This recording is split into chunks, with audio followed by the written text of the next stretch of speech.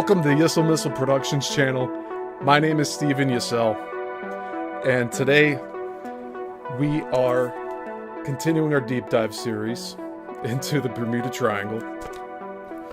And man, oh man, I gotta make sure I hit this this sound button because I just said a whole bunch of stuff, and yeah. So I was telling a story. Yesterday I went to the Volo Auto Museum. I spent about 4 hours there. And when I was getting close to leaving, I had to go use the bathroom, and I just went past all these booths real quick. And there was this one booth on the corner. It had a dresser. And I saw a book, and I picked it up, and I bought it after looking at it for a little bit. It's The Great Lakes Triangle by Jay Gorley. Now, in this book, it has, right in the front, a reference to the book we are currently reading. Meaning, this book used this book as source material. So technically, I was asking before I realized I was muted. I was asking everyone, like, should we read this book here or start its own deep dive series? I'm kind of leaning towards having its own deep dive series. But once we finish this book, we're going to have to move on to something else. And they're kind of related, but it probably would be better if we separate it. But I thought it was really awesome. Like, I'm really picky about the books that I purchase. And when I flipped to the front and I saw this, all the acknowledgments here from Aliens from Space, The Bermuda Triangle by Charles Berlitz. It's the second book written down on this. The UFO Experience, Scientific Inquiry, From the Edge of Reality,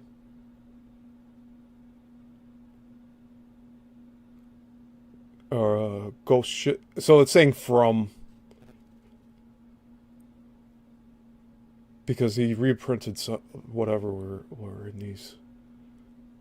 Ghost Ships of the Great Lakes, Great Stories of the Great Lakes,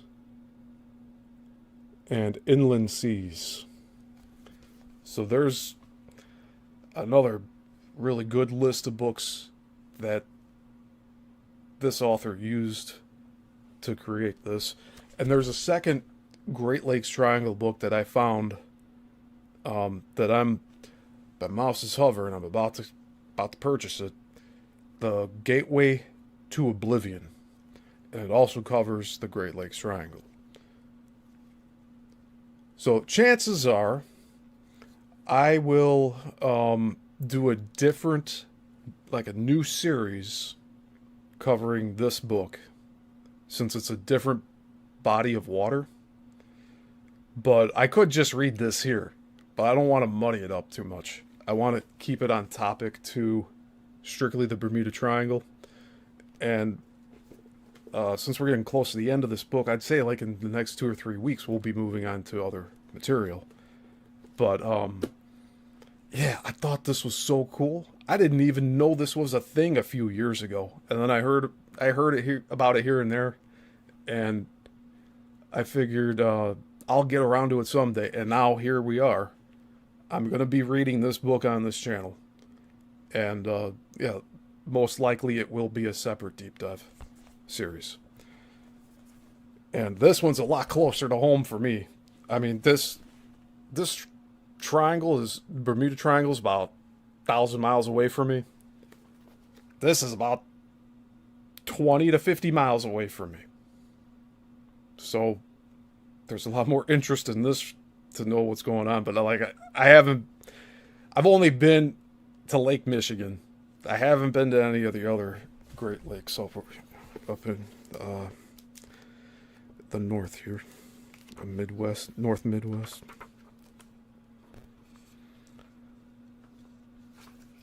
So today we have chapter 7 to finish, and I believe there's like roughly 10 pages left.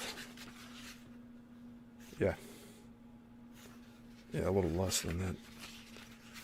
So we'll get started here shortly. I just wanted to give a little update on my outings yesterday and the fact that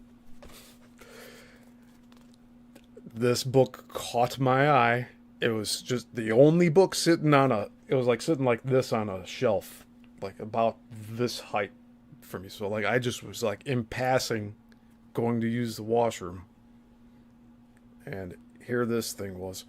So I grabbed this, and now it's here with me, and we're going to get into it. We're going to see what this is all about. But this will be a different deep dive. I might actually do this for Fridays, now that I had a little time to think about it. I do want to let everyone know that Saturday will be on schedule. We have the Flickering Empire book that we're reading on Saturday mornings, and we're getting pretty far into it. It's a boom and bust cycle for the Chicago film industry. It's basically what we're covering. How it started, and then everyone just spread out, and this place just kind of lost all of its roots, like its foundations. All of the people that founded their film companies moved and scattered throughout the U.S. But so there's Saturday's show, and Sunday the Let's Talk About It episode 4. That's also on schedule, so be here. Probably won't be as long as this past Sundays, but we'll be there to chill and just talk about things, just decompress. And Tuesday we will be continuing the deep dive into Coral Castle. I am expecting the Bruce Cathy book to arrive tomorrow. That's what the tracking is saying. So, just waiting on that, and I'll put a message out as a post on the channel here, because I think you guys get notifications when I make a post, and it's kind of like a status update for the channel. I like that you guys are able to see that, so I'll try to start using that more frequently as just like little updates. Like, yes, we're going to be doing this, or if any development happens, I'll just make a post instead of like a video update. But just for a quick reminder again, Tuesdays, Thursdays, Saturdays, and Sundays.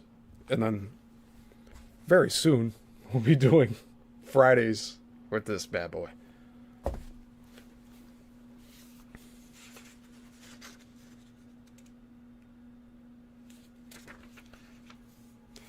So,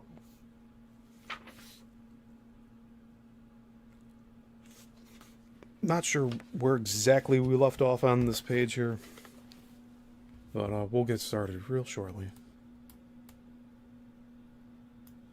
Hope you're all having a good week so far.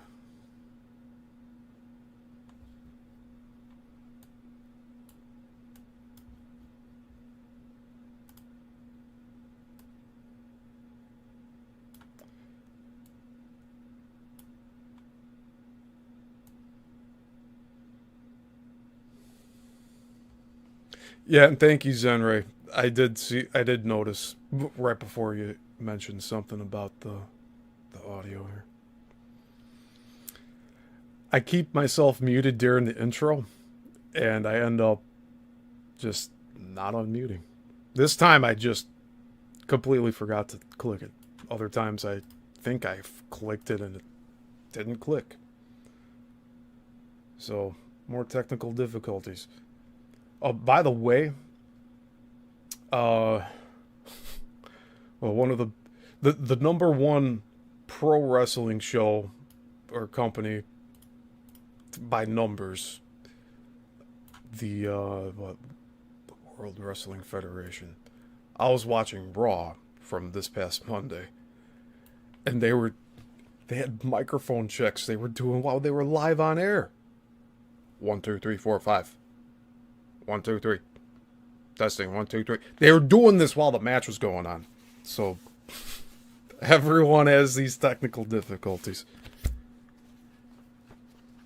But so I hope this is a lot clearer and bigger for you to see. I really tried to up the resolution here. So we'll be starting on page 126. There's one drawing in here. And we will begin. So I might have read a few of these first sentences, but just so that we get a little refresher here. There was really no break point in this chapter, and I really was trying to stop at a good point. I just had to pick and choose. So, all right, let's begin.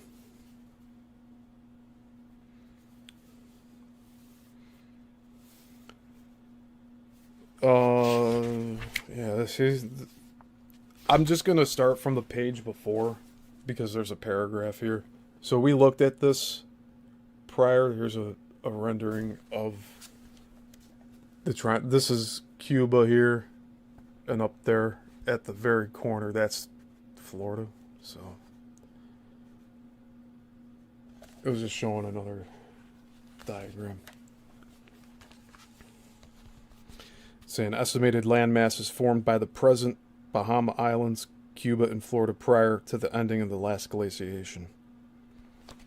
So yeah, that's a lot more.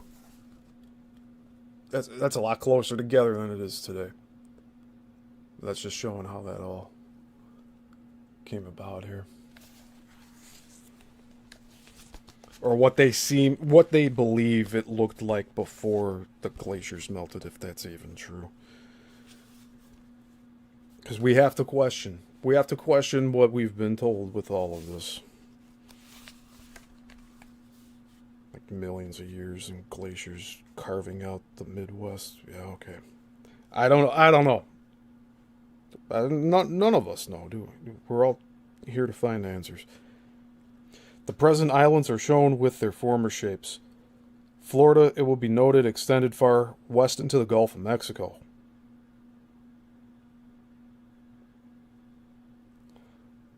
Dark area in the middle of the landmass formed by the present Andros, Exuma, Eleuthera, and New Providence Islands is the deep ocean canyon called the Tongue of the Ocean. The sea at the time formed great island bays in the Bahamas, including the present Exuma Sound and the Tongue of the Ocean. So one more time for all you to see here.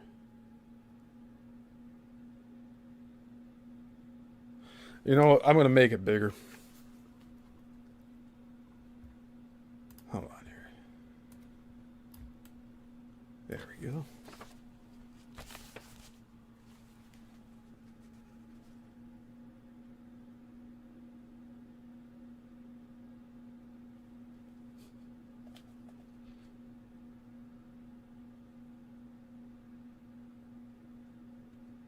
You know, I think the resolution on this webcam is great, but Logitech really needs to figure out the focus feature on this.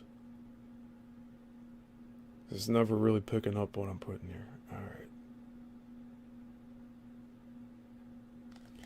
So I'm assuming Bahamas,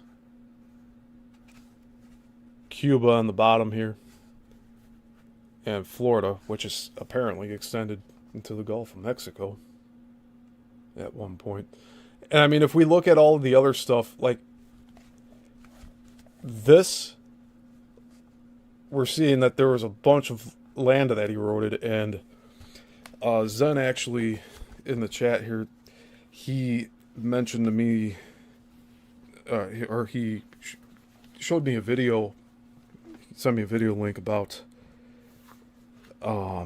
it was a Dutch Since, and I actually followed that channel before. He's an earthquake researcher, where he goes and reports on the various quakes happening on the fault lines, and he was discovering a lot of sunken, or not, I don't know if you say sunken, but underwater structures, like there used to be cities on these seafloors. And that's not something unusual from what we've been covering here. Like the spears going and take, like, sticking out of the water, or just barely sticking out of the water, and going like 60 feet down to the floor. Like, there's something happened here, and we don't know what.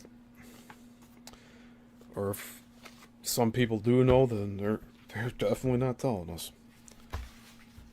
So let me get this image back up here for you. Yeah, I like that this is a little bit bigger. Alright. So, alright, let's get into the book now. We'll get this all going. Hey, Woo Rider. Good to see you. And thank you for your sentiment. I know we need to focus on our we need to keep our priorities in focus, I guess is what I should say. So today's Bermuda Triangle. That is the only subject today. And I like keeping it compartmentalized like that. So, alright, we'll continue. And there's only one other illustration here, and I will show that when it comes up. That's near the end. Alright. The most celebrated of the finds has been the Bimini Road, or Wall, first discovered in 1968 by Dr. J. Manson Valentine, with divers Jacques Mayol, Harold Climo, CLIMO, and Robert Angove, first seen from a boat on the surface of the water. When the sea was especially clear and without surface movement, it was, in the words of Dr. Valentine, quote, an extensive pavement of rectangular and polygonal flat stones of varying size and thickness, obviously shaped and accurately aligned to form a convincingly artifactual arrangement.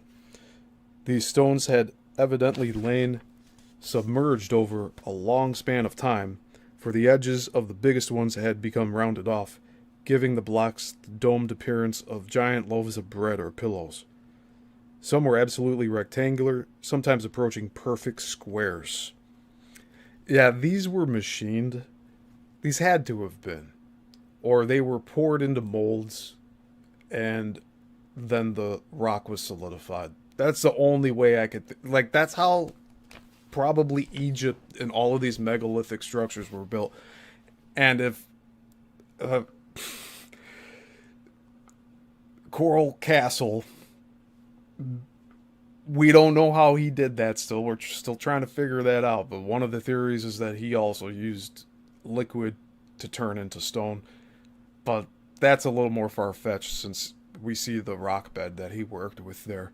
Whereas with the Bermuda Triangle here, we have these people discovering this stuff on the seabed. Now, why would it be on the seabed unless it was above water at some point? So, let's continue.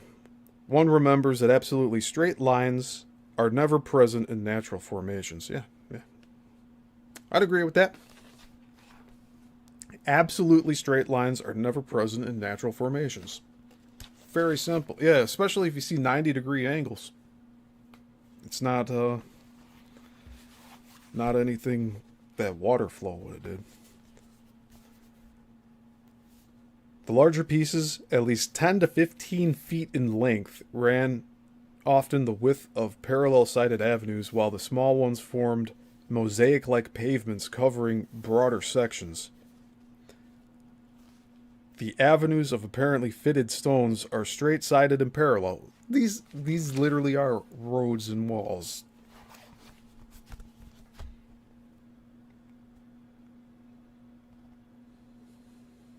The avenues of apparently fitted stones are straight-sided and parallel. The long one is a clear-cut double series interrupted by two expansions containing very large, flat stones propped up at the corners by vertical members, like ancient dolmens of Western Europe. And the southeast end of this great roadway terminates in a beautifully curved corner. The three short causeways of accurately aligned large stones are of uniform width and end in cornerstones. Quote, from the air, one can dimly make out under their blanketing of dark algae the huge individual stones that precisely border the margins of this geological and archaeological challenge. Sorry. I'm going to reread that because I kind of skipped over a few words. Quote, from the air one can dimly make out, under their blanketing of dark algae, the huge individual stones that precisely border the margins of this geological or archaeological challenge. End quote. The first underwater discoveries in Bimini have come under considerable attack from geologists and archaeologists, some of who have not visited the site, but recent findings that the gigantic construction makes a turn and appears at other places on the ocean bottom, as if it once ran around Bimini and beyond, indicate the increasingly apparent size and ramifications of this enormous structure. This was an ancient highway. What else can you call it?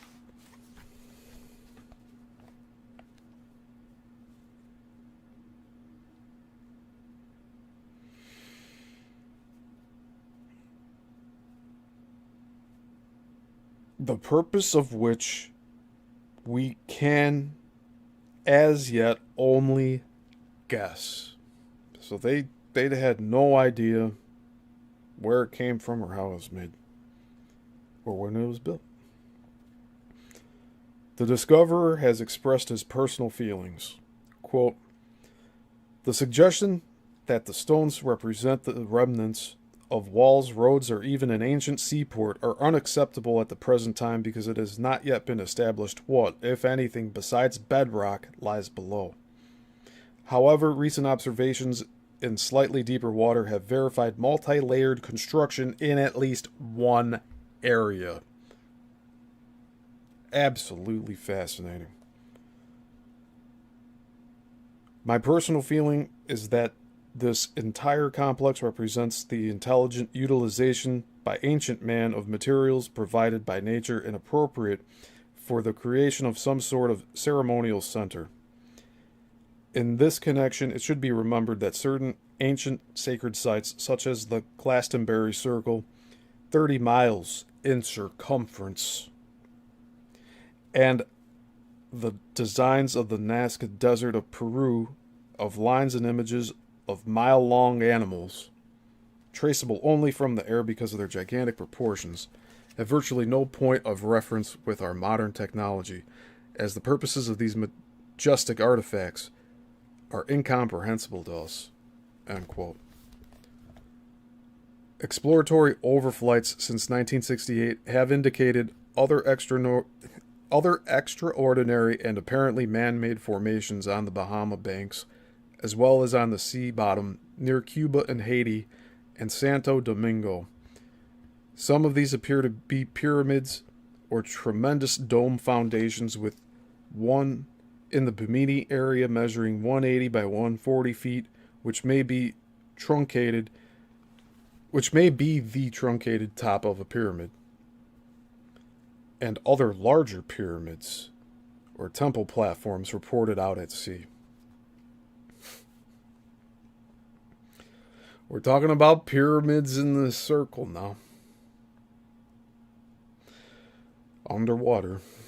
Within Cuban waters, a whole complex of reported underwater ruins is awaiting exploration, unless the Cubans themselves have already been there. And it says here, Castro is an enthusiastic scuba diver. Well, I have nothing good to say about him, other than they're part of the reason why I'm here. Two airplane pilots, Bob Brush and Trig Adams, on a 1968 flight in the vicinity of Andros Island, photographed a partitioned rectangle on the Andros Shelf. Divers later found the wall to be of stone, but there is no record of the original inhabitants or the later Spanish conquerors having built such constructions in that area, especially underwater. What seems to be an underwater road or wall running along the top of an underwater cliff has been located and photographed near Cay Lobos. It is possible that the ancient road ran along the cliff when both were above sea level. Perhaps the underwater sighting of steps carved in the continental shelf off northern Puerto Rico, reported by the French naval captain, I want to say Jorge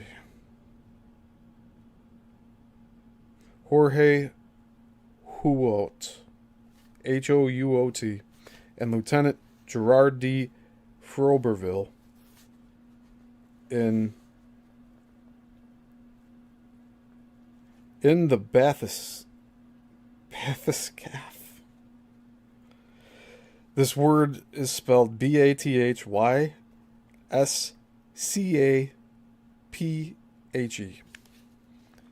And then Archimedes. So this this Bathyscaphe is named Archimedes. It represented simply a staircase out in a rock cliff descending to the old sea level of 12,000 years ago. So let's reread that real quick. Perhaps the underwater sightings of steps carved in the continental shelf off northern Puerto Rico, reported by the French naval captains and lieutenants. It was simply a staircase out in a rock cliff descending to the old sea level. Off the coast of Yucatan, Mexico, numerous road causeways have often been seen from the air. They leave the shore in straight lines toward unknown underwater locations farther out at sea in deeper waters. While connecting causeways on land are visible because of the covering jungle, those underwater are still discernible from time to time as they are uncovered by currents or storms. What appeared to be an enormous underwater road, or a pavement that had previously been above water, was observed from the deep-diving submarine Illuminaut on a 1967 mission off Florida, Georgia, and South Carolina. The road was apparently formed of or paved with manganese oxide, and when special wheels were installed on the Illuminaut, it was able to proceed along the road, which in some places reached a depth of 3,000 feet. As if the Illuminaut were a car driving along a normal road, except that the road was, in this case, at the bottom of the sea. The size of the paved surface was too large to suggest the conclusion that it had been man-made, as was also the case with a very extensive, quote, tiled, end quote, section of the ocean bottom observed by Dr. Bruce Heesen of the Lamont Observatory while making a deep dive in the Bahama area. Wow. So I wanted to look up what this manganese oxide.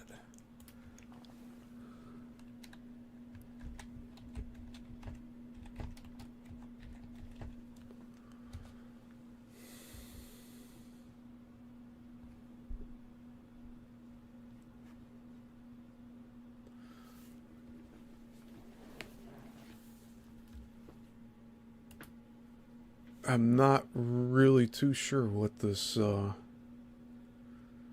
it's a transition metal. So manganese is a transition metal. It's solid, it's strongly acidic.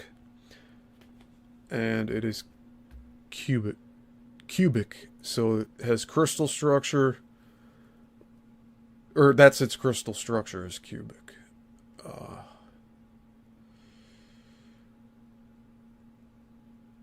So yes, it's man, what would you call this?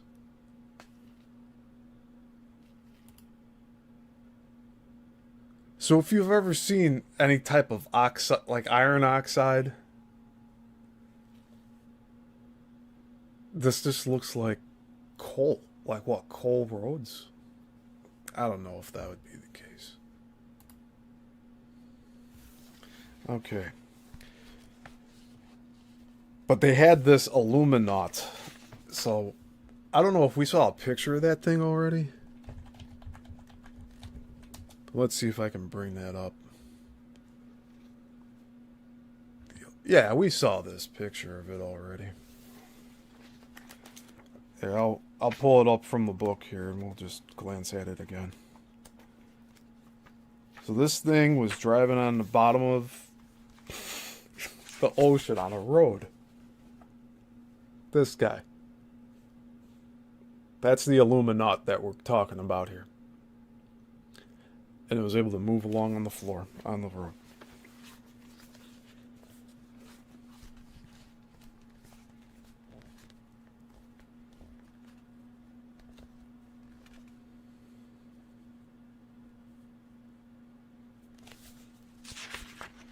Okay. Continuing on. And I think I'm going to reread a sentence or two here. There are strong indications that a continental landmass existed in the Caribbean Sea, of which the islands and ridges of the Antilles may be the surviving mountain peaks. In 1969, a research expedition from Duke University studied the sea bottom of the Caribbean and conducted dredging operations at a number of places on the Aves Bridge, a ridge running along the eastern border of the oceanic Venezuelan basin between Venezuela and the Virgin Islands. So, just quickly, if some of you don't understand what dredging is, it's just they're grading the bottom of whatever body of water there is. They do that a lot with rivers. Sometimes they do that with lakes, but the most common thing I've heard of with dredging is with rivers. Because if you need to make a river wider, or there's heavier flow coming in, you're changing stuff around. The North Branch Chicago River was dredged so that it would flow the opposite way it was going. I believe now the water flows into Chicago and into Lake Michigan, and before it used to flow out of Lake Michigan and up through the North Branch Chicago River. And the reason they changed that at the time, like over 100 years ago, it was to stop the pollution from going up into the suburbs. That's really what it was. So they dredged the river and then they reversed the flow of it, which caused it to then empty out into what you know as the main Chicago River that goes past Trump Tower and all of that in the city of Chicago. And that empties out into Lake Michigan. Before, Lake Michigan used to empty out into the Chicago River, and it would go all the way up through northern Illinois. I don't know if it goes into Wisconsin or not. But, alright, let's continue here.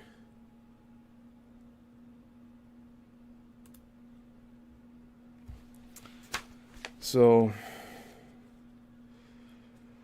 on 50 occasions, granitic or acidic or acid igneous rocks were brought to the surface. Ordinarily, these rocks are found only on continents. So this would tell me there was land that's now under this water in the Atlantic that used to be connected to some of these other land masses. So whether you say North America or South America, wherever it was connected to one of the continents. And that's why these rocks exist there in the water that they found. A distinguished oceanographer, Dr. Bruce Heezen, in commenting on this matter, has observed, quote, "Up to now, geologists generally believed that light granitic or acid igneous rocks are confined to the continents and that the crust of the earth beneath the sea is composed of heavier, dark-colored basaltic rock. Thus, the occurrence of light-colored granitic rocks may support an old theory that a continent formerly existed in the region of the eastern Caribbean, that these rocks may represent the core of a subsided lost continent." So it could have also been a lost continent. And so after lost continent, end quote. It's all up in there. We don't have the answers here. This is just speculating, and I like giving some thought to all of this. Those aren't the words I wanted to say, but I gotta keep moving along here. It is on the underwater Bahama Plateau, however, that the area of the most concentrated incidents occurring within the Bermuda Triangle, that the most surprising discoveries of underwater remains have been made, and many of these at a depth of only a few fathoms. The submerged limestone formations of the Bahama Banks were largely above water about 12,000 years ago. This large land area contained bays and inland waterways which are now evident on depth maps as the deep parts of the ocean cutting in and around the Bahama Banks. This considerable land area formed at a time previous to the rising of the sea, a large island or islands which, if we are to believe the underwater remains, supported a complex culture. From 1968 to the present time, underwater discoveries have been made, especially near Bimini, of what seems to have been massive stonework on the present sea bottom, huge blocks of stone placed together in what may be roads, platforms, harbor works, or fallen walls. They strangely resemble the pre-Inca stonework of Peru. The pillars of Stonehenge, or the walls of Coral Castle, or the Cyclopean walls of the Minoan Greece. The age of the stones is uncertain, although fossilized mangrove roots, which had grown over the stones, have given carbon-14 datings of about 12,000 years.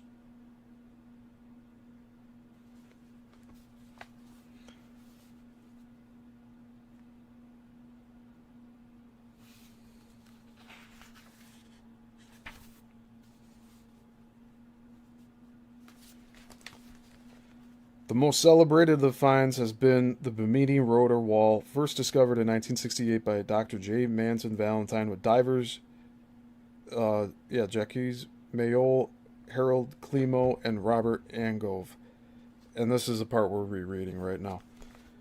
It's only a few sentences here. First seen it from a boat on the surface of the water when the sea was especially clear and without surface movement, it was, in the words of Dr. Valentine, quote, an extensive pavement of rectangular and polygonal flat stones of varying size and thickness, obviously shaped and accurately aligned to form a convincingly artificial arrangement. These stones had evidently lain submerged over a long span of time, for the edges of the biggest ones had become rounded off, giving the blocks the domed appearance of giant loaves of bread or pillows. Some were absolutely rectangular, sometimes approaching perfect squares. One remembers that absolutely straight lines are never present in natural formations. Larger pieces, at least 10 to 15 feet in length, often ran the width of parallel-sided avenues, while the small ones formed mosaic-like pavements covering broader sections. Okay, there's way too much I'm rereading here for y'all. I don't know how I moved back on that other page like that.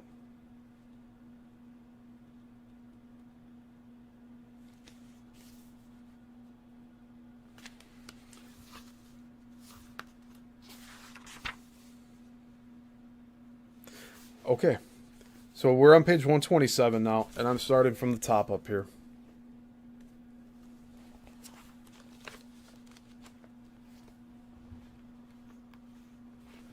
Oh, man. We got Jay here with the super chat. $10. Thank you, man.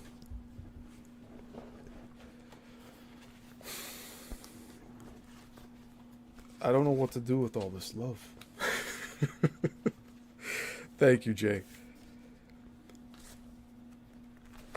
You helped get this book, by the way. So we'll be doing a new deep dive series on the Great Lakes Triangle on Fridays. I haven't decided when we'll start this, but I do want to get into this.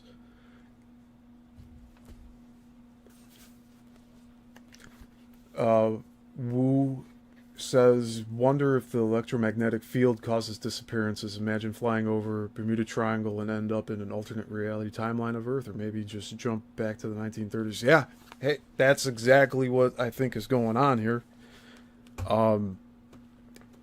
The different electromagnetic fields on certain parts of the land, and the ley line, like if the ley, I thought the ley lines were natural, starting going into all this stuff, and then we're being told the ley lines may be artificial because it is set up like a grid, and I mean that's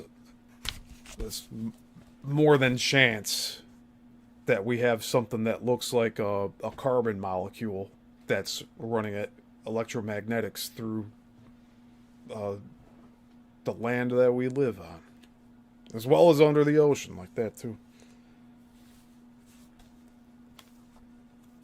Man, thank you, Jay. Yeah, so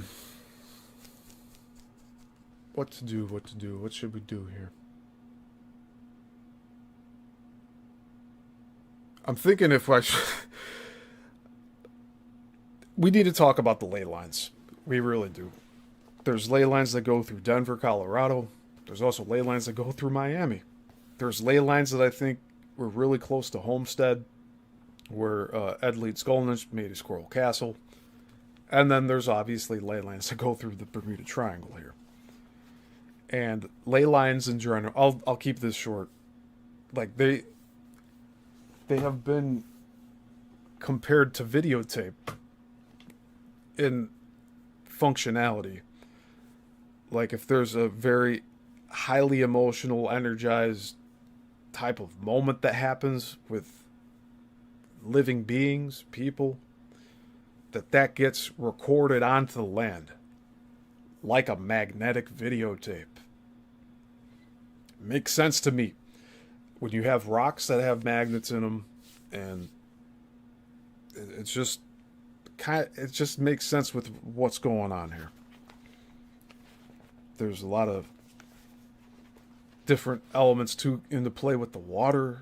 I mean, you've got the salt water. How does that affect all of this? I do think there is time slips that happen with this, but we don't have accounts of like ships. We don't have like accounts of old ships seeing new ships or new ships seeing old ships. Like we don't have any of that type of stuff so far. Like we haven't uncovered any of that. I would like to find some of that because there's definitely evidence of time slips happening, and it's just it moves in like a fog and it leaves like a fog, or the fog passes and then you're in that time slip and then another fog comes through and then it's over. At least that's how I've read it happening, or that's how it's been explained to me in some podcasts that I've followed.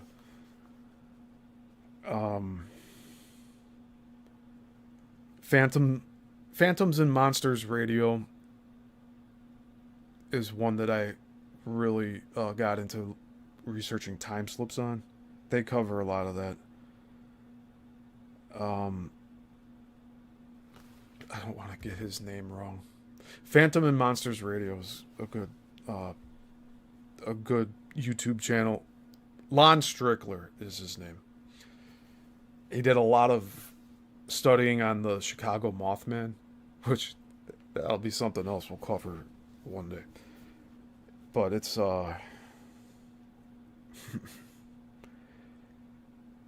The time slips are definitely something that piques my interest here. Wu has a question. If the person jumps back to the 1930s, say, would that past be the same or change because the person went back in time? People could bet on sports, etc., and have great collectibles. So, this is where it gets really complicated. We have our movie version, Back to the Future type of time travel, which does have its plot holes in somewhat. Like, you could poke holes into it. And I could jump all over with this, but I do want to explain and spend some time on this. The Back to the Future time travel, to my understand, like the way that it's explained, if it were ever to be possible, in their version, in the movie version, the only current, like, Marty, like, that we're watching, that's him living through all of this stuff. Like, we're only experiencing it from his perspective. And Doc Brown says time changes around the other people. And I think there's some truth to that with these time slips, where I think it's locked in. Like, you're not able to, like, or you're not going to change anything. These people in the past saw future you there already, and you're just, like, fulfilling something that was gonna happen anyway. But then you have to bring into account, like, what if you just chose not to go by the ley line that day and you don't end up time slipping? There's that part too. Whereas it comes into, like, free will and choice too. Like, do we have a choice? Is this avoidable? Can we go into a time slip, like, willingly?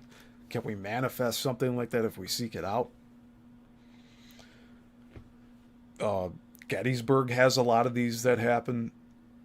I'm a Civil War reenactor myself. I've been doing that since 2017, so 8 years now. Next month, 8 years.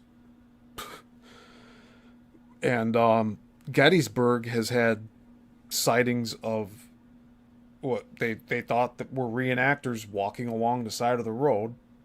And here come find out there's no reenactments that day, and there's nobody walking around in reenactment uniforms anywhere. So these people are actually seeing soldiers from that time in Gettysburg, and they have that fog that passes over. So it has the element of water to it because of the fog, and I guess humidity plays a role. There's just too many questions with it. But this is the stuff that I think about when we talk about time slips. And, no, it's a real good question.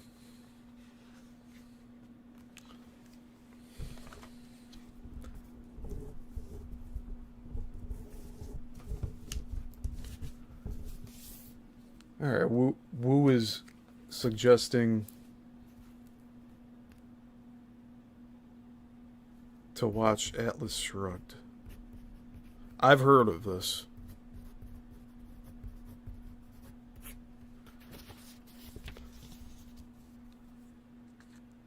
Yeah,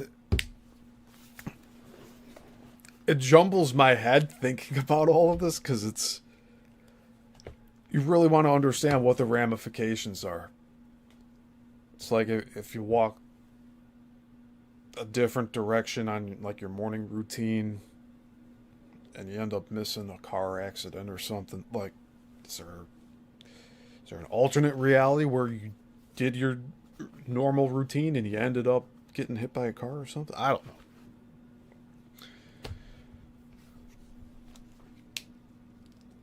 I don't like the idea that there's, like, an infinite amount of versions of ourselves living in all these different timelines and realities. And, like, Marvel went and explored that with the multiverse stuff. But, like, I don't know. I would like to think that this is it. There's no really like all of this that we're living is not erasable. Like this is all tangible. It cannot be undone. So then when we get to the topic of time travel is different than time slips. And time travel, I think you could only go forward. I don't think you can go backward. But at the same time, time is all happening at the same time. So what we consider the past it was also the present at one point, and it's all one continuous now. So that's supporting evidence of like the time slips being possible, almost like a veil being lifted, and then all the participants from the different eras, if they're at the same location, would be able to see each other. Does that make sense? I really think I explained it well. Like, it's like a veil, and if it passes over, all the players on the map, no matter what time they played, are able to see each other. Like a video game. And I don't know. I don't know if we're living in an artificial construct. That's a whole other topic. But it's definitely an intelligent construct that we're in.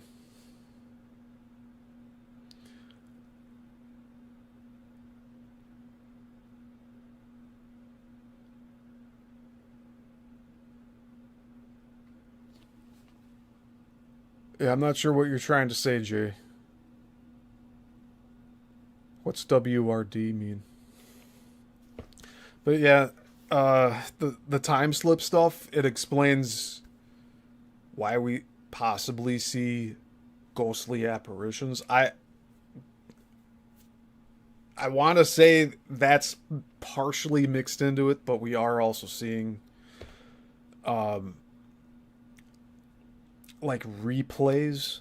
So like these hauntings might not be hauntings, they just might be replaying a previous moment in life that happened that was highly energetic, and it impressed itself onto the material.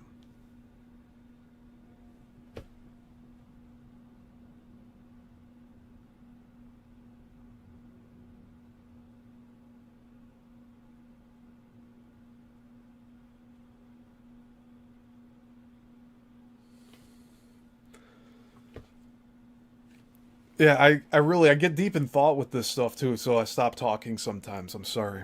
It's just I don't always talk.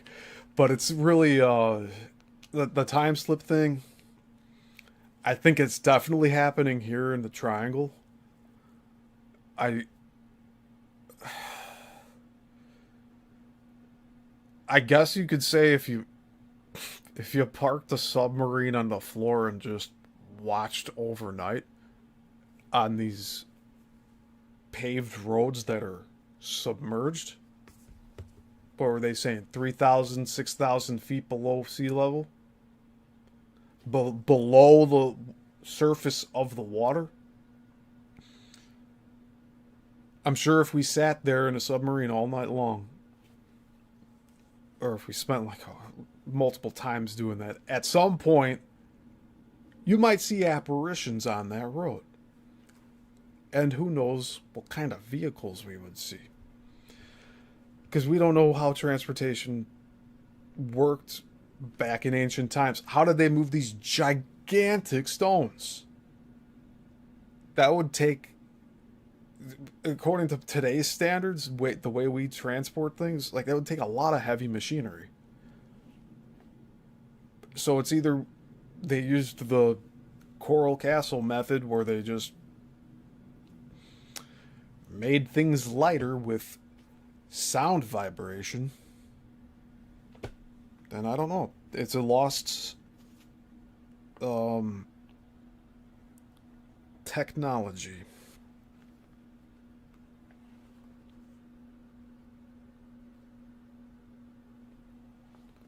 Yeah, you guys are good in the chat. I just didn't know it's all it's. I think you missed a few letters on the keyboard there, Jay. All right, let's continue. We're almost done here. We're almost done for today. And we can get back to talking about the time slips too here.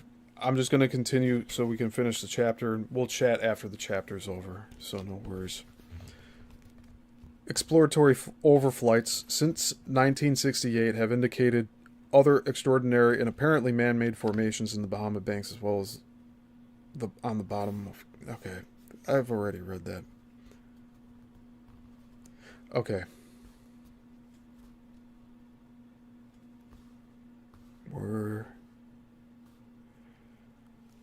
See, I start talking, and then I lose my spot of where I was reading. Usually I'm good with that. I had my little marker here, but I was talking for quite a while there.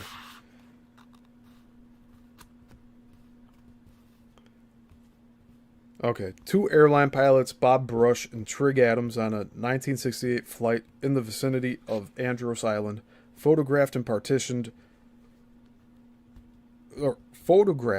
a partitioned rectangle on the Andros Shelf. Divers later found the wall to be of stone, but there is no record of the original inhabitants or the later Spanish conquerors having built such constructions in that area, especially underwater.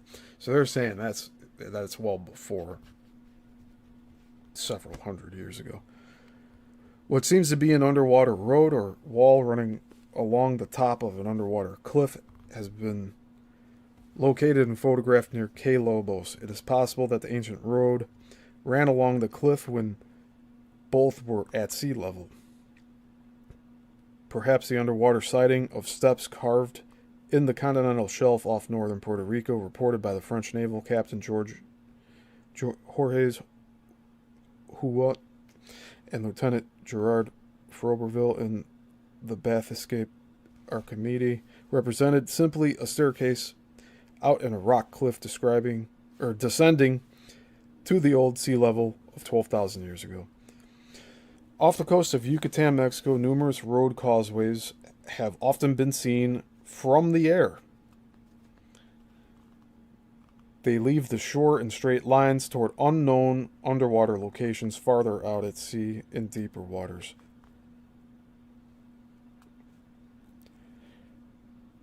While connecting causeways on land are invisible because of the covering jungle, those underwater are still discernible from time to time as they are uncovered by currents or storms.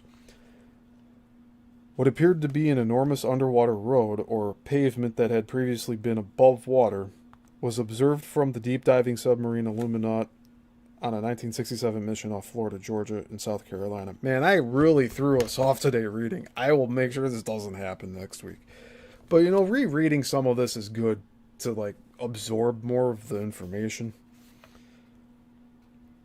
The road was apparently formed of or paved with manganese oxide. When special wheels were installed on an Illuminaut, it was able to proceed along the road, which in some places reached a depth of 3,000 feet, as if the Illuminaut were a car driving along a normal road, except that the road was, in this case, at the bottom of the sea. The size of the paved surface was too large to suggest the conclusion that it had been man-made, as was also the case with a very extensive tiled section of the ocean bottom observed by Dr. Bruce Heezen of the Lamont Observatory while making a deep dive in the Bahama area. Okay, now I think we will not be repeating any more of this chapter. The rest, I think, is all brand new. Among the apparently man-made Bermuda finds, some are clearly visible, but some are apparently not underwater, but under the sea bottom itself. Under the sea bottom itself. It is a fact that stonework or stone foundations buried underground beneath the accumulation of ages, or as the result of earthquakes or flooding, will change the pattern of grass or other plant life that grows over it. This has led to some successful discoveries of the past both on land and under the sea. Vanished constructions ranging from ruined Roman camps and roads in England to ancient canal systems and city walls in what was once Babylonia and Assyria, now Iraq, and in Iran and Central Asia, entire lost cities have been traced and reconstructed from the variety of pattern and shading and plant life on the ground or in marshes or under the sea. Straight lines show in the ground cover coloration where the foundations or walls are buried or where roads or canal beds have existed. So basically what this is saying is when overgrowth took over these old cities, the overgrowth grew in a different color because of the type of stone that the roots were growing on top of. So like the oxidation made the plants darker. And so you can see a straight line in the vegetation of just dark green.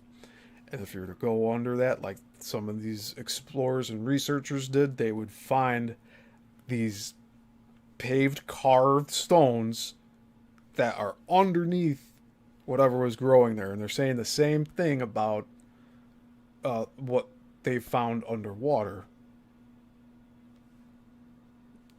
I'm pretty sure I'm getting that right.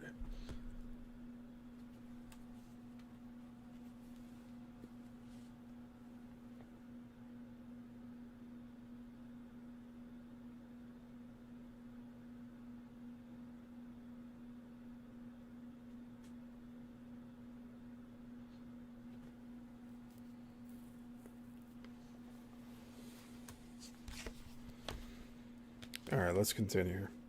I'll reread two sentences here. Straight lines show in the ground cover coloration where foundations or walls are buried, or where roads or canal beds have existed. The ancient Etruscan port city of Spina in Italy had so completely vanished that it was considered legendary until the traces of its walls, foundations, canals, and wharves, WHARVES, absolutely invisible from the ground, were clearly seen from the air. The possibility of locating ancient sites from the air has been put to good use in the Bahamas, where the surrounding shelf is shallow enough to discern such traces of underwater constructions from the air. But you're not going to find it on Google Maps. You might find it on Google Earth, like what Dutchson's did. And he's a good channel to follow if you're into earthquake coverage and the tectonic plate shifts. And another shout out to Zenray for linking me to the Florida video that he did about the underwater structures that he found. It plays right into what we're talking about today here. In many places on the Bahama banks, there are amazing assortments of great squares, rectangles, crosses, long lines parallel to each other, perhaps roads, sometimes turning at right angles, concentric circles, triangles, hexagons, and other geometrical shapes, all traced by the presence or absence of seagrass over the actual ruins. Underwater tests undertaken by divers indicate that stone constructions traced by the existing bottom lines lie several feet farther down under the sand.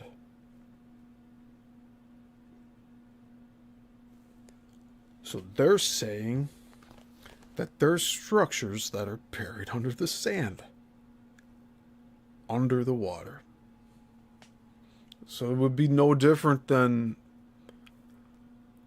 like these other ancient megalith cities, like in Peru. Like they're still digging that out in Peru. Machu Picchu, they're still digging that out. And I guess it's the same with when we don't have a real good estimate of how low the water level was prior to it getting to the current point. But it must have been that low for a long time to have a civilization go there.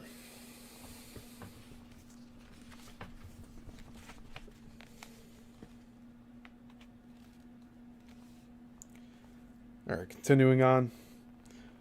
One may ask, with all this unusual evidence now being explored, why it was never noted before. Part of the answer is that doubtlessly it never occurred to anyone to look for a sunken civilization in the Bahama Banks, especially since so many historic sites were waiting to be found in the Mediterranean. Underwater searches in the Bahamas and the off coast of Florida have been heavily concentrated on Spanish treasure ships, certainly objects representing a more immediate financial reward than the uncovering of a forgotten and difficult to identify civilization. Even with the evidence at hand, as much effort is being spent in scientific circles to disprove the finds as by explorers and researchers to bring them to public attention.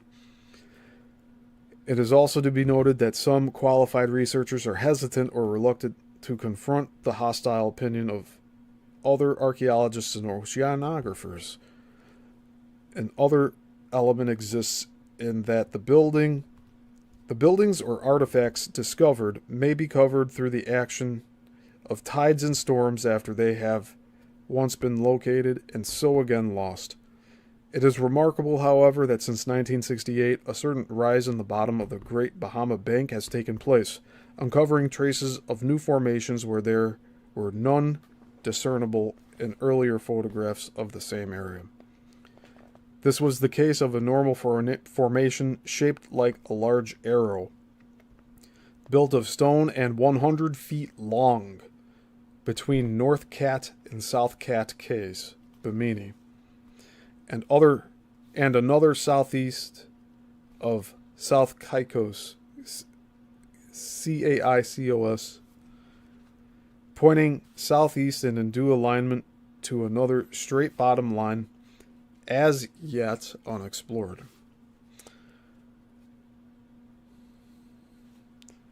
Some of the already discovered sites also seem to be rising or being cleared of sediment by tidal action so that their artificial or man-made construction is more discernible.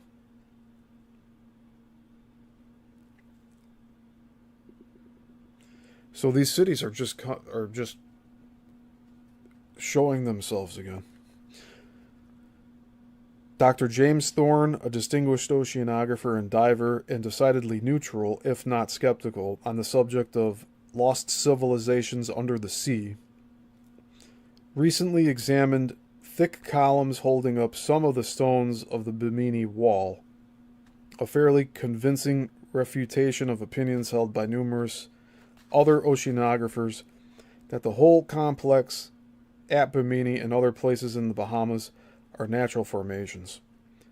Another group of divers who had found a sunken anchor from a Spanish galleon discovered, as they examined it and scratched at the bottom around it, that it was lying on top of a mosaic floor or terrace which may have sunk thousands of years previously. So they found a sunken anchor from a Spanish galleon.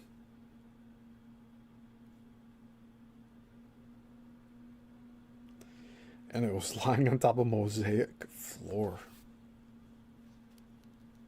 which may have sunk. So, I don't know. They're saying the anchor may have sunk, but it sunk and fell on a floor.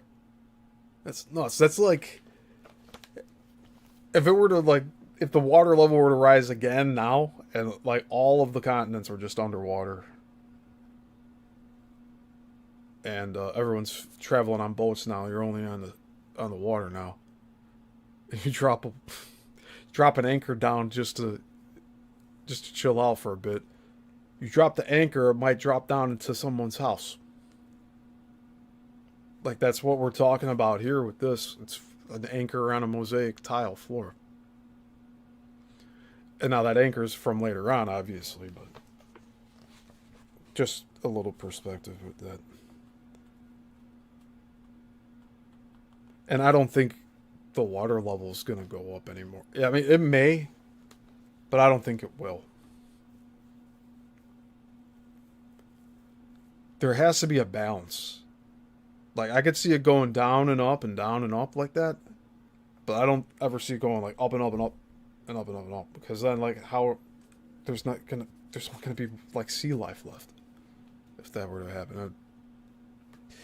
It'd be very difficult for everyone else, every other living thing on this planet, if we had more water, if the water levels rose.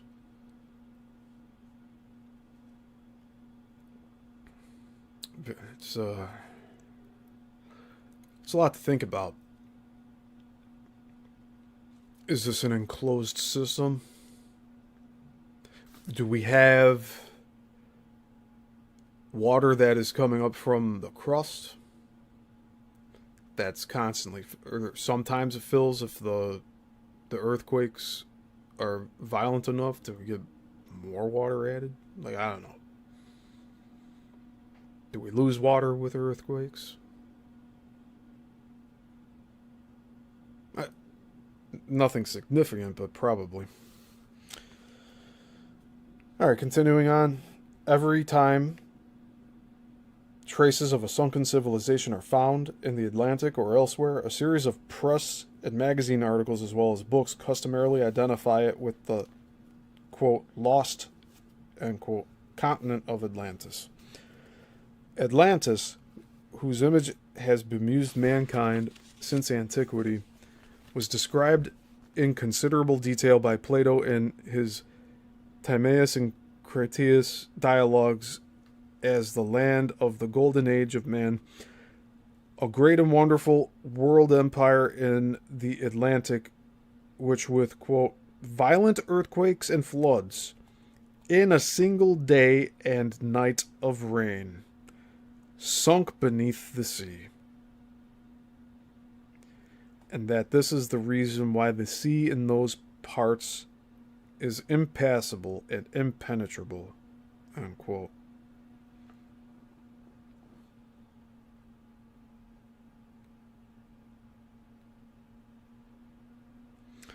So are they saying that it's just the depth is too much, that it's impossible to pass through because of how wavy the water is in that region due to all of that activity with the plates?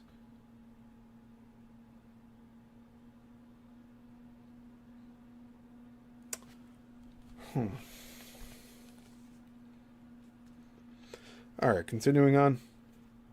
Atlantis has naturally enough been identified with the Bahama underwater ruins. Although Plato, as antiquity's most famous commentator on Atlantis, seems to have located it in front of the columns of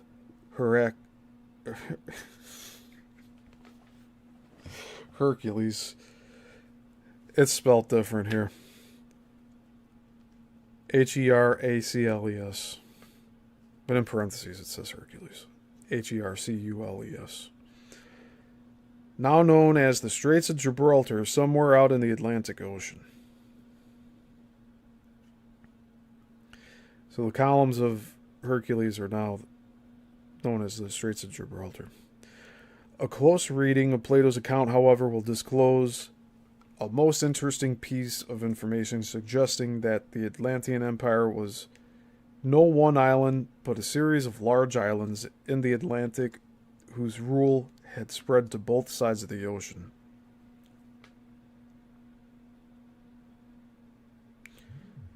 In those days, approximately 11,500 years ago, the Atlantic was navigable, and there was an island situated in front of the straits, which you call the columns of Heracles.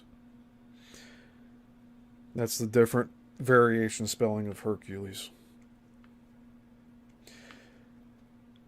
The island was larger than Libya and Asia put together, and was the only way to other islands, and from the islands you might pass through the whole of the opposite continent which surrounds the true ocean.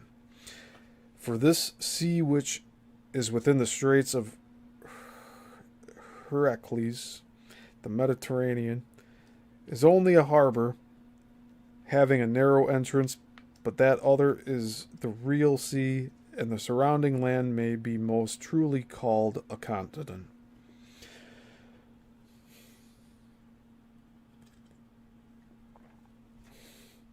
It will be noted that Plato mentioned Libya, meaning Africa, and Asia, but specifically and separately designates the continent, that is, the continent in the west, which he previously mentioned as being an area of Atlantean rule.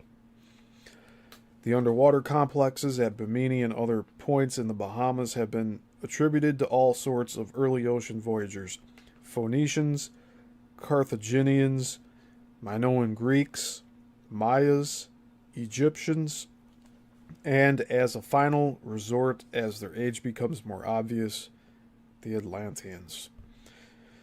It is fairly sure, however, that no race within our recorded history built them, and doubly sure that they were not built underwater. Yeah, I'd have to agree with that. All of these structures that we're finding underwater, they were not underwater when they were built. Plato's reference to a continent on the other side of the, quote, true ocean, end quote, has often been cited as a proof that ancient records conserved an awareness of North America, and that this memory served as an inspiration and encouragement to Columbus, who, it is reported, carried with him a map showing Atlantis and the lands beyond. We were never told this in school. Right.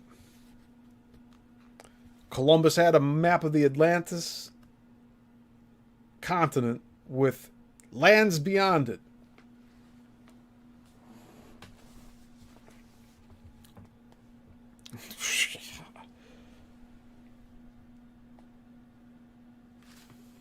Plato's account has a direct bearing on the possibility of Atlantean, used here in the sense of an Atlantic Ocean empire, presence in the extreme western part of the Atlantic Ocean.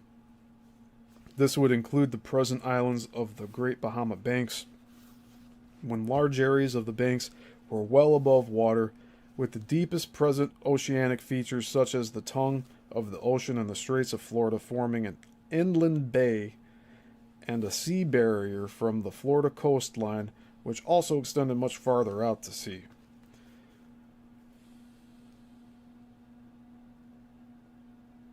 Circular declivities on the sea bottom, 14 miles off the Florida Keys, and 500 feet down or deep from the surrounding sea bottom, which is almost 1,000 feet deep in that area, charted by the U.S. Coast and Geodetic Survey, has been assessed as freshwater lakes covered by the sea at the time of the last rising of the ocean or sinking of the coastal lands.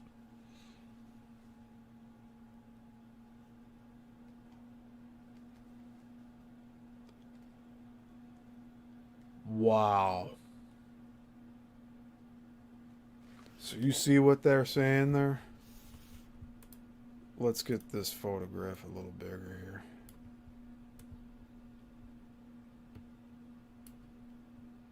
They're saying that the Florida Keys acted as a sea barrier, and that they also said that Florida went further west into the... Was all of this mostly landmass? They said that the Florida Keys were a barrier to the ocean, and that there was fresh water behind it. So how far does this go? We'll have to look at Google Earth. Like, you know, I'm going to download that, and maybe we'll do that for, like, after we're done with this book. Like, we'll do a proper looking into this.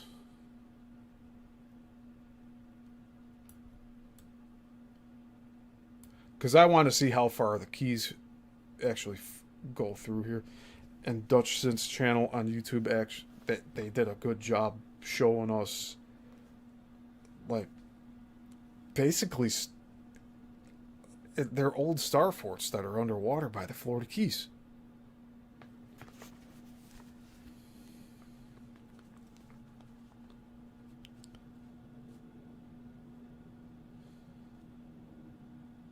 So these freshwater lakes were covered by the sea at the time of the last rising of the ocean or sinking of the coastal lands.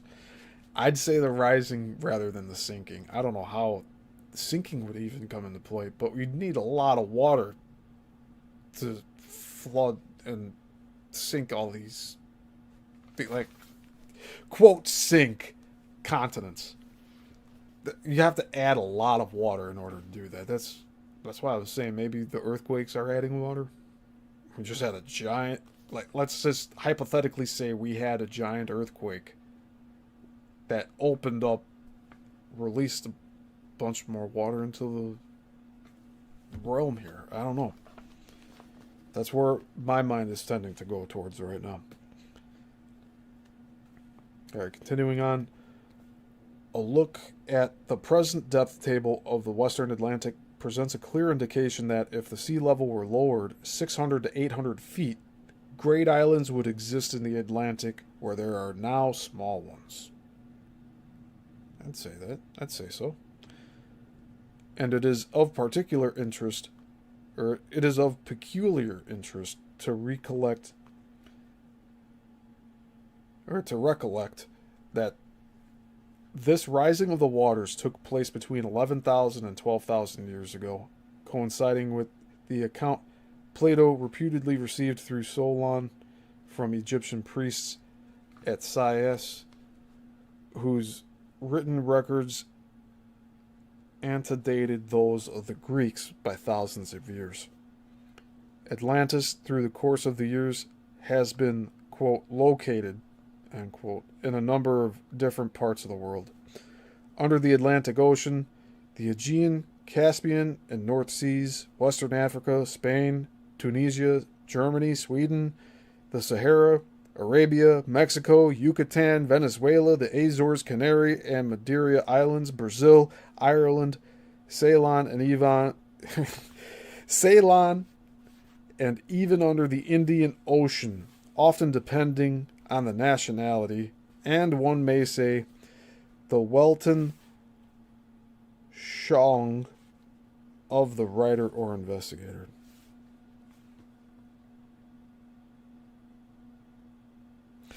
And I have no idea what that word means. We gotta look this up real quick.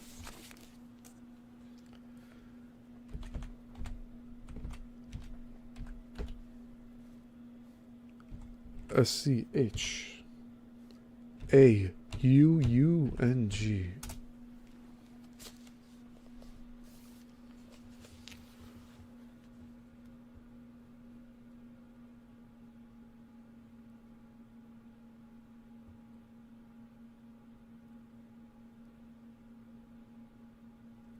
Whoa! This is a brand new word we're learning today here.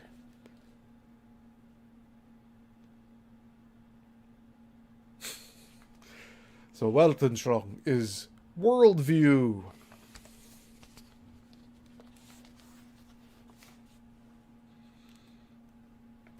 A worldview, or Weltanschauung, is said to be a fundamental cognitive orientation of an individual or society encompassing the whole of the individual's or society's knowledge, culture, and point of view. However, when two parties view the same real-world phenomenon, their worldviews may differ, one including elements that the other does not. So this brings up another topic of, I mean, this comes up even in the paranormal circles, that, like, people see things that are meant, like, just for them to see. They could be with a group of people, and the whole other group of people don't see what they see. And it could just be that if it's an intelligent entity communicating, showing themselves, they could just be showing them to a certain person that has a certain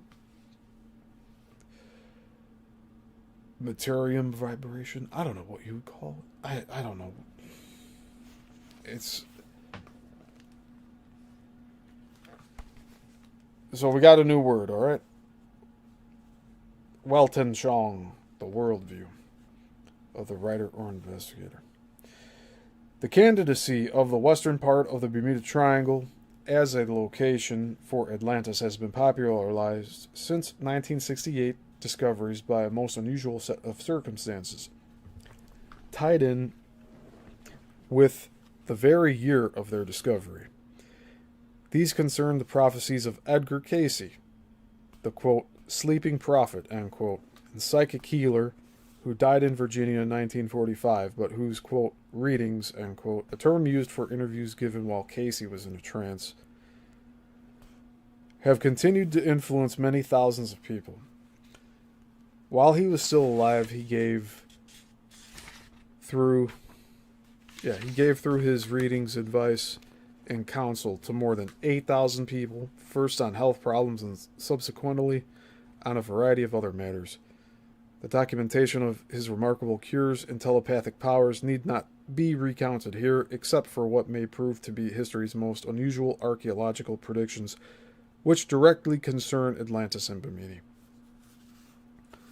Between the years of 1923 to 1944, Edgar Cayce gave hundreds of trance interviews about Atlantis, relating to people who, in his opinion, and that those of who have carried on his work in the Association for Research and Enlightenment, lived in Atlantis during a former life. When he was not in a trance, Cayce was either unaware or uninterested in the question of Atlantis and often expressed a certain perplexity that he had mentioned it in so many readings. However, in June 1940, in connection with numerous other previous observations about Atlantis having existed in the area of Bimini, referred to by Cayce as Poseidia, he unexpectedly declared, Poseidia will be among the first portions of Atlantis to rise again, expected in 68 and 69, not so far away. Yeah, well, that never happened, did it? This curious archaeological prophecy was fulfilled almost on schedule with the numerous finds in the Bahama Banks. Oh, okay.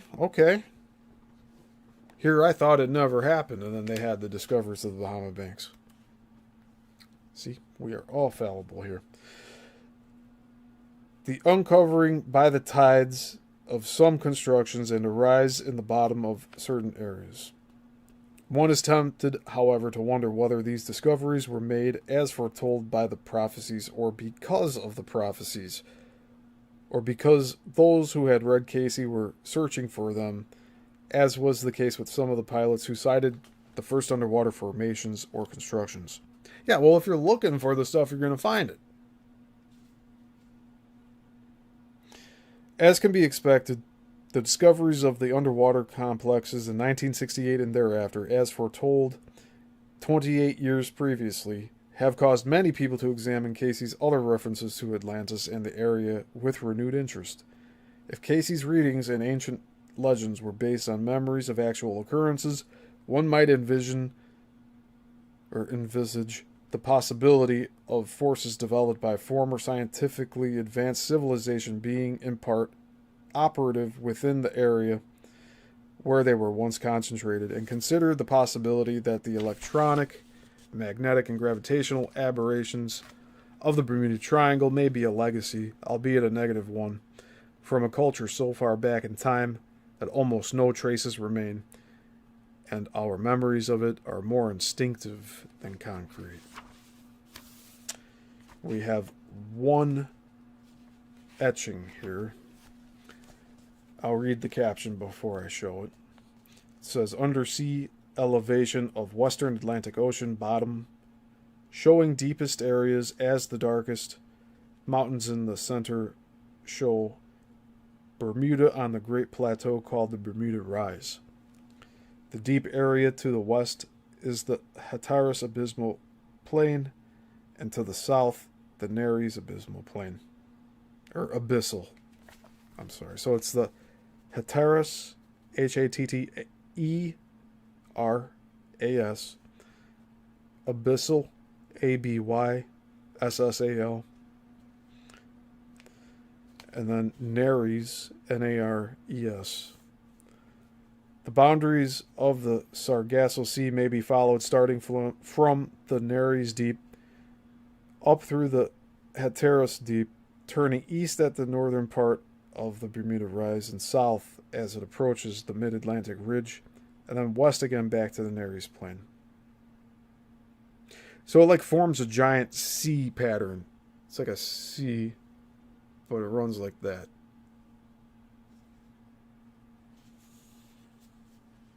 With the deepest part being that C formation there. Off the coast of the United States, this is all one caption, by the way. Off the coast of the United States, two great river canyons, now underwater, may be seen continuing from the Hudson and Delaware rivers out under the sea through canyons made in the continental shelf. The continental shelf of the American continent and the shelves of the Antilles and the Bahama Islands, the plateau around the Bermuda, and the high mountains and plateaus beginning at the extreme right of the map were all presumably above water before the end of the last glaciation and would have given the western Atlantic a totally different shape about 12,000 years ago. So here's this photo, or it's like a drawing. Let's see here.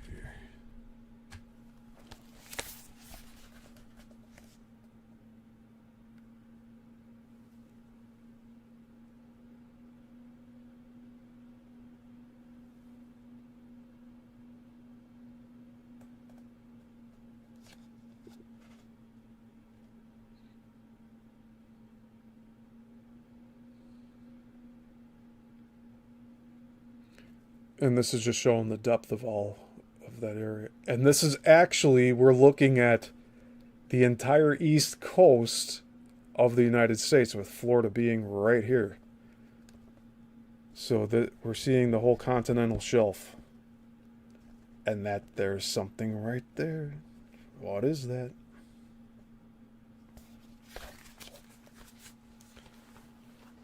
Okay, everybody.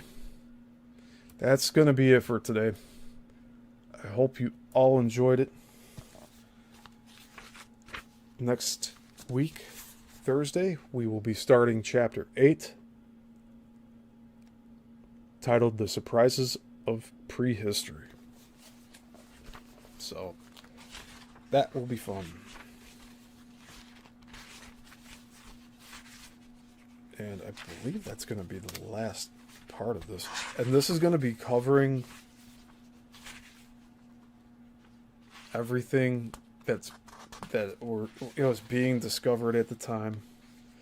And you know what? This is such a long chapter. It goes from 36 to 71.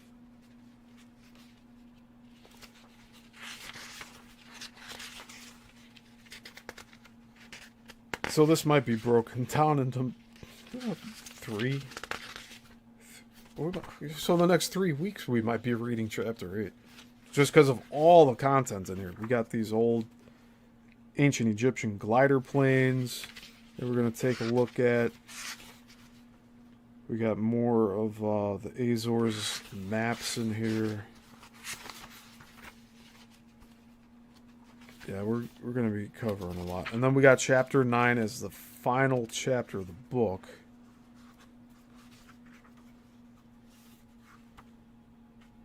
And that title is The Watchers, Protectors, Raiders, or Indifferent Observers. And that could be about the unidentified flying objects. So that's it for today. Chapter 7 is now complete.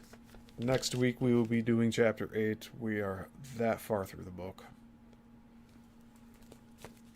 A lot of really interesting stuff in here. So, again, this book was used as research to make this book. And this book we will be doing a new deep dive on soon. And it'll most likely be Fridays at the day after we do these on Thursdays. Alright? And another reminder for Saturday, 11 a.m., we're doing our next deep dive, part 6, I believe, into the 1900s Chicago film industry. It wasn't long, but it was very active, and I don't know, we're going to find out if it went out with a bang, but it might have gone out with a whimper if everyone just dispersed. It's a story we don't hear about, but the film industry was started by Chicago, or the people that resided here. All right, everybody. This is it for today. Saturday, 11 a.m. I'll see you here again. And next week, maybe next week, we'll start this. I have these other deep dives I wanted to do, but this one is sticking out to me now. I have a few others I want to do. So I'll be, like, we got Gravity Hills we need to cover. We got a few others. They're kind of related to this with the Bermuda Triangle. But that'll be for another time. We'll get through all of this slowly and surely, consistently. So I appreciate you all being here. And yeah, until the next one. Class dismissed.